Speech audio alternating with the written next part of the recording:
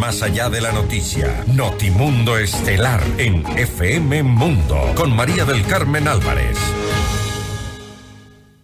Nos acompaña a esta hora el doctor William Murillo. Él es el director ejecutivo de 1-800 Migrante. Doctor Murillo, muy buenas noches y gracias por acompañarnos. Le saluda María del Carmen Álvarez.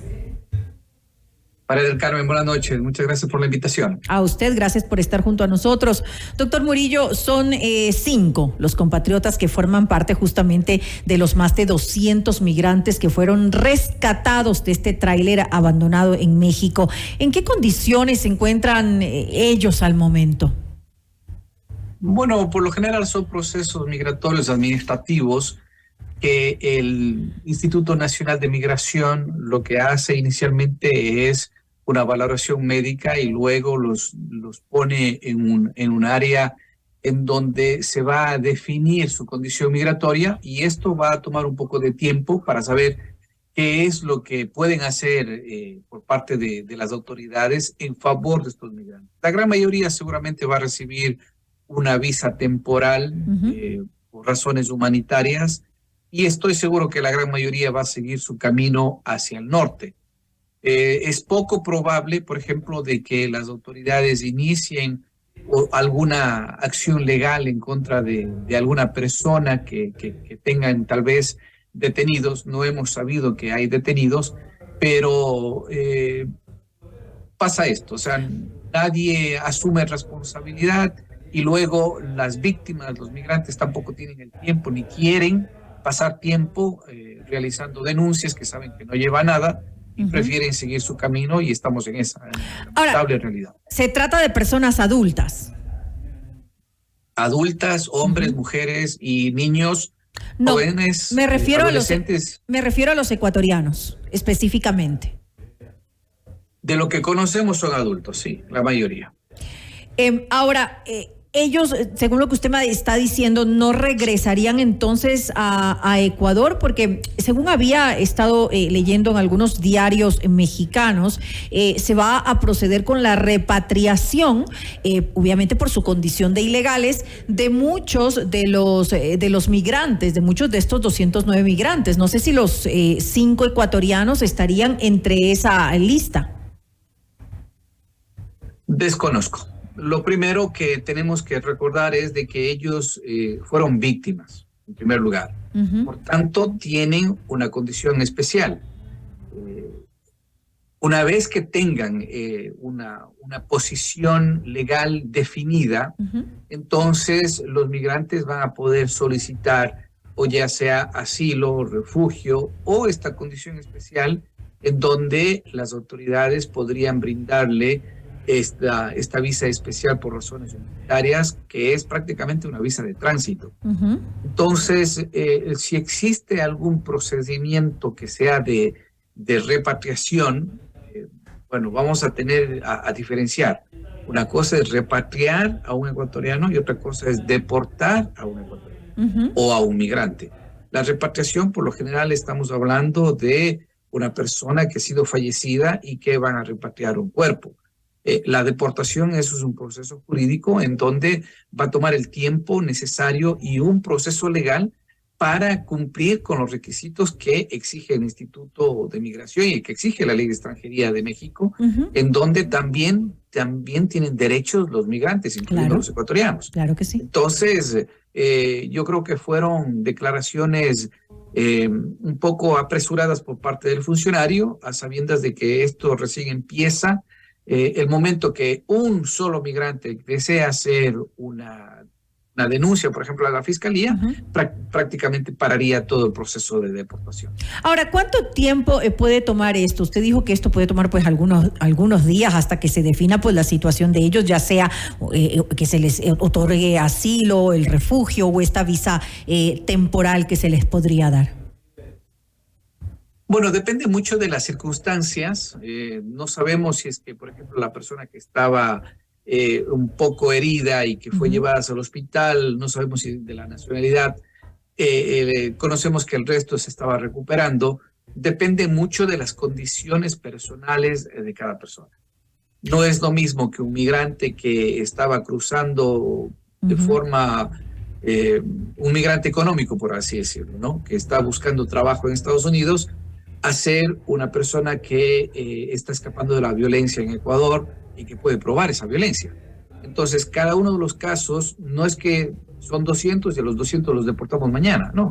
Cada uno va a tener un proceso personal, un tratamiento especial, de acuerdo a sus circunstancias, claro. Sobre todo porque conocemos que también hay niños que incluso se encontraban allí y que no viajaban acompañados por ningún adulto, estaban completamente solos.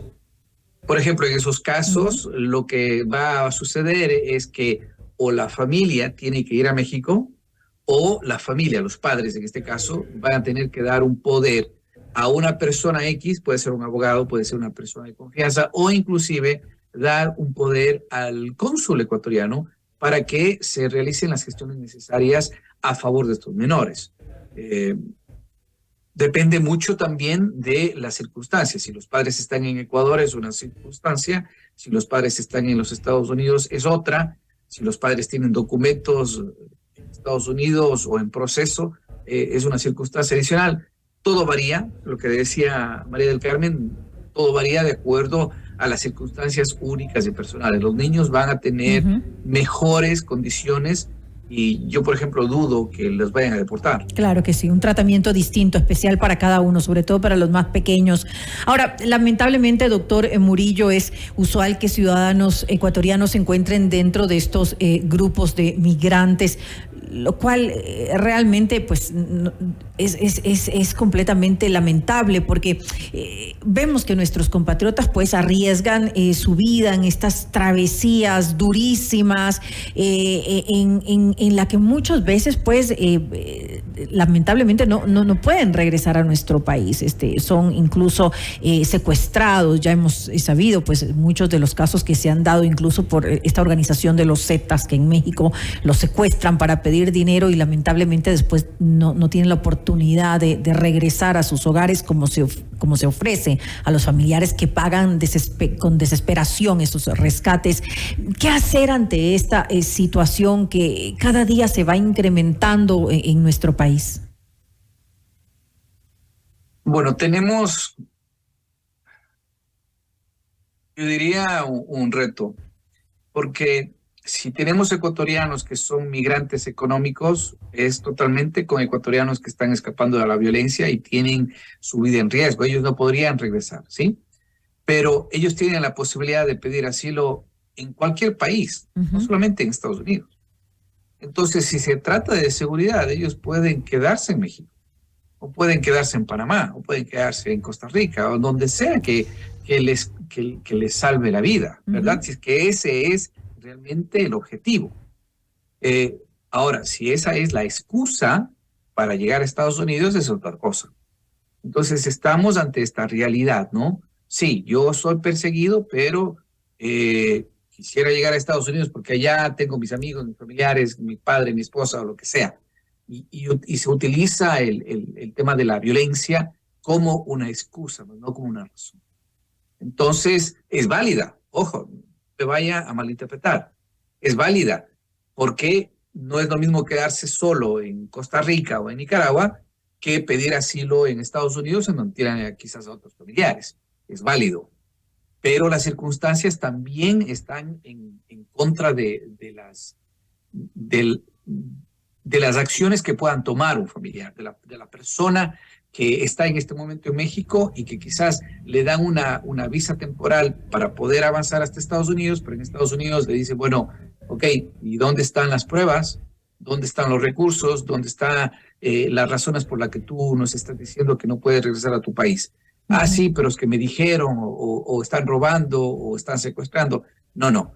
¿Cuáles son las condiciones tuyas, personales, únicas, por las que nosotros tendríamos que dejarte o darte la oportunidad de ingresar a Estados Unidos para que inicies el proceso de asilo?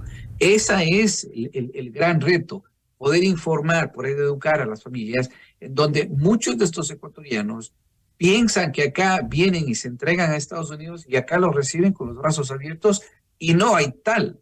Acá existen fronteras cerradas, no hay procesos abiertos de bienvenida a los migrantes, y lo que se tiene que utilizar es, lamentablemente, este proceso de solicitud de asilo que cada día es más estricto, y esto complica todos los planes de los migrantes, no solamente de los ecuatorianos, de la gran mayoría de migrantes, de las decenas de miles que están tratando de ingresar diariamente hacia los Estados Unidos y que se encuentran con esta dura realidad administrativa.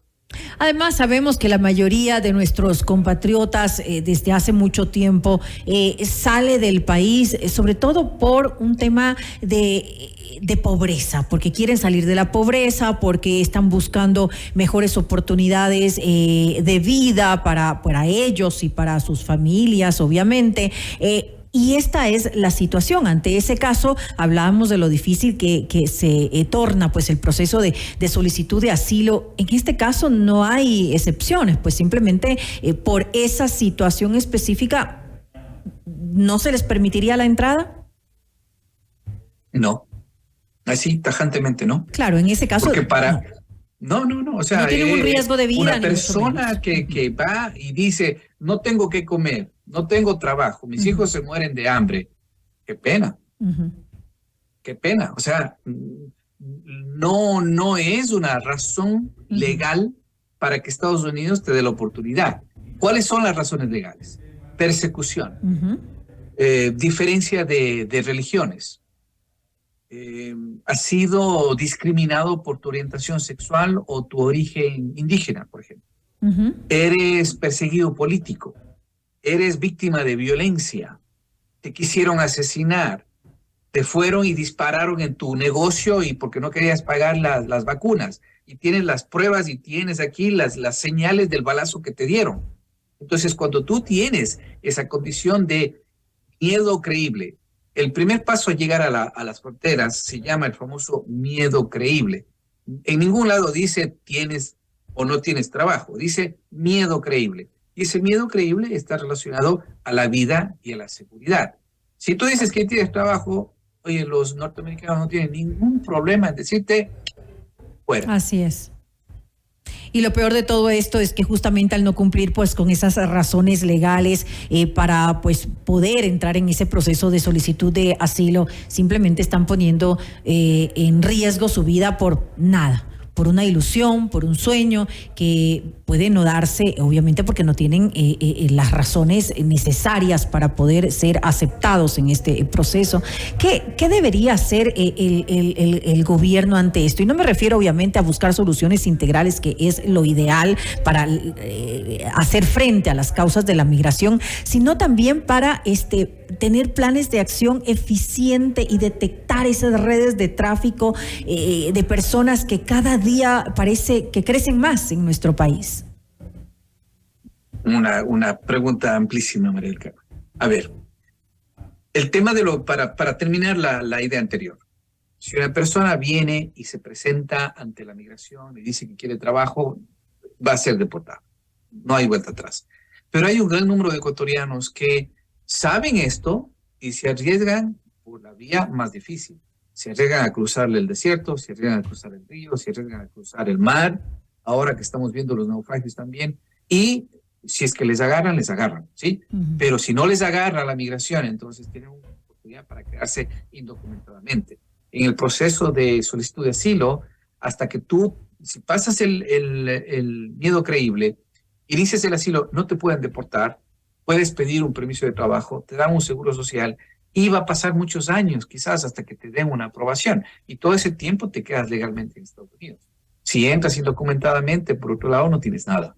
Entonces, hay un contrabalance, por así decirlo, sí, me arriesgo un poco más y entro, o me arriesgo con la migración, viendo qué es lo que puedo demostrar en un caso potencial de asilo. Entonces, esto es solamente parte de un gran problema social que tenemos en Ecuador.